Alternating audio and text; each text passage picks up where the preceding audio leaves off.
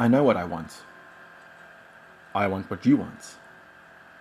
But I don't know what you want, and therefore we are both left wanting. So I'll ask then, what do you want? You don't know what you want, and if you think you know, then you don't know. What you really want is not something or somewhere or someone, it is peace. It is that sense of inner peace. What you really want then is that understanding, that feeling that brings clarity. What you really want is something, but you cannot know what that something is. If you knew, then you would have it already. See, what you're wanting is the gift of knowing, but we can never know anything. The universe is infinite in its knowledge of wealth, and therefore we say that we will put our fate in the hands of the universe. But the universe doesn't know what you want either. The universe is like the Bible. You can take as many lessons from it as you want to, but if you don't know what they mean or don't know what you want from it, then you cannot understand them. And considering that you'll never know what you want, you will never understand. And so you're expecting this grand revolution within yourself.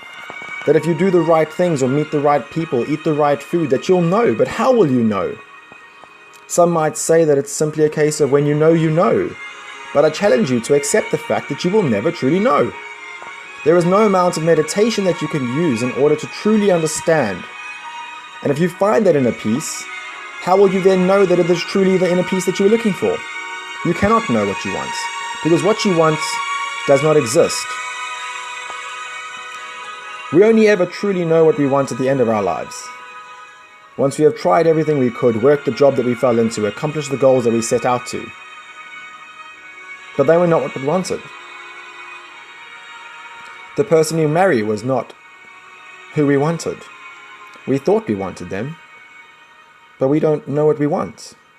We thought we wanted that person until we got them, much in the same way as we didn't think we wanted them until we lost them. The only thing you really want then is more than what you have. But there is no more. So I challenge you to accept the fact that you will never know. The universe was born from nothing, and therefore we are born from nothing. Because are we not born or created from the same place as the universe? Do we not come from the same creator? Do we not exist within the universe, and therefore are we not a part of it? So therefore, by placing our fate in the hands of the universe, are we not placing our fate into our own hands? If I am the universe and the universe is me, then surely knowing this I will know, but I don't know. But knowing is part of knowing. If you can accept that you don't know what you want, then are you more likely to find what you might like?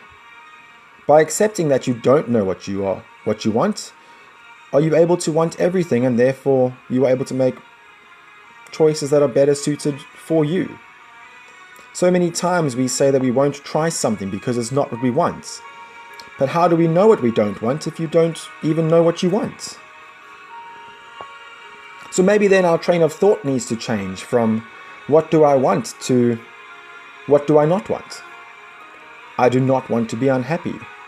I do not want to be lonely or alone or stuck in the same job for the next 20 years. So then, now that I know what I do not want, how do I determine what I do want? Well, you don't.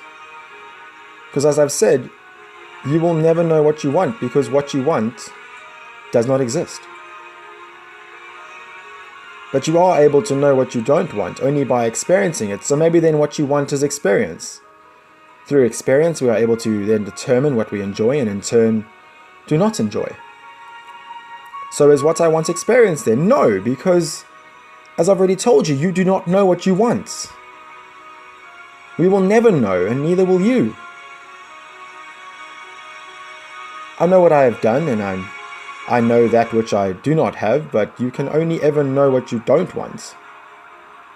Just because you don't want it now, though, doesn't mean that you won't want it again in the future. Why, you ask? Because as I've already told you, you don't know what you want. None of us do. And therefore, by this theory of not knowing rather than knowing, I challenge you to experience life without knowing, without thinking. I challenge you to live without wants. I challenge you to live a life that does not leave you wanting.